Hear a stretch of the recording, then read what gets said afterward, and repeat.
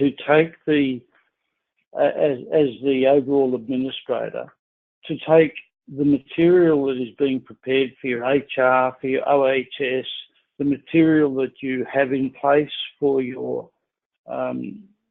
levels and your learn to swims and so on, and organise that into the way that you want to provide that to people. So organise it administratively, but then have individuals in there as users and also groups of users that are like cross sections. And then by having everything well organised, you can allocate all the different types of things you want to use and your users to know about, specifically or in groups across your, so it sort of separates your admin, filing and bundling and elements from your users, and yet allows you to assign different things and know exactly what they've done and haven't done, how long they spent doing them, and on top of that, and most importantly, keep track of important compliance issues to make sure that everybody stays compliant and so your whole school is compliant. So for an example, from a HR point of view, like I've got a meeting with the HR guys on Friday actually to see what they're up to, but you know, one thing they're sort of designing is like nearly like a flowchart type diagram that has every single thing that needs to be done from day one to day end, start to finish as an employee. You know, first thing it might be over the phone, questions asked, or resume, whatever, checklist over the phones, interview questions face to face.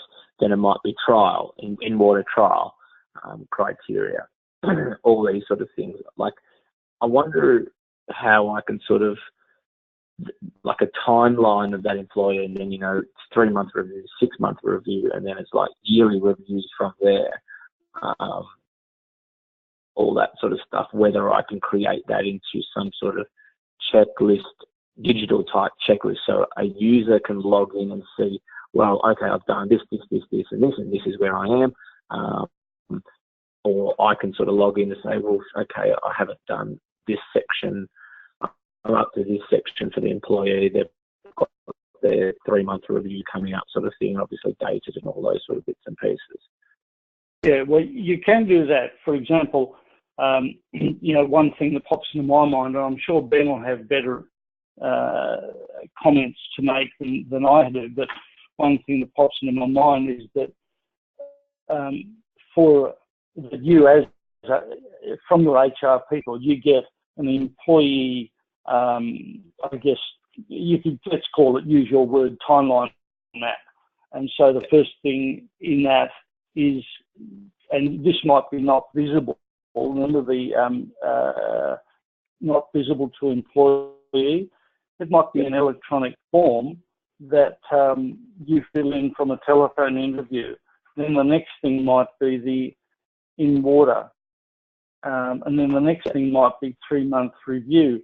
Now, a 3-month review could be, a 3-month review could be a competency, and the employee sees, you know, on their list of to-dos that at this 3-month point, they've got to have a meeting with you, and you're alerted, they're alerted, and you can have that review. So I could nearly set it up as you could have a course or something. Yeah, and that could be all part of a standard course that is standard for whoever. And when a new person comes on board, they get assigned that course. Some things they see, some things they don't see, and you can see where they're up to, and you can get reports about it. So the course basically is a container of all the different elements that you want to assign to an individual user or to a group. So basically does the mapping of your training and compliance across your whole organisation.